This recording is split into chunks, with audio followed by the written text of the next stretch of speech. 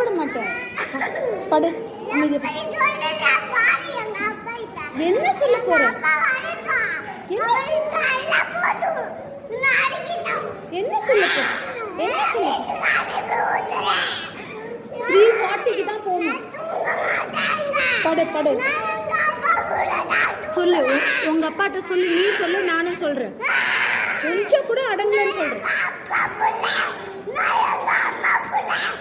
சரி, இருந்துட்டு போ. இப்ப நான் யாரு?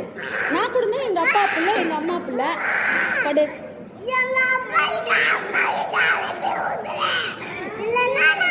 அனுப்ப முடியாது.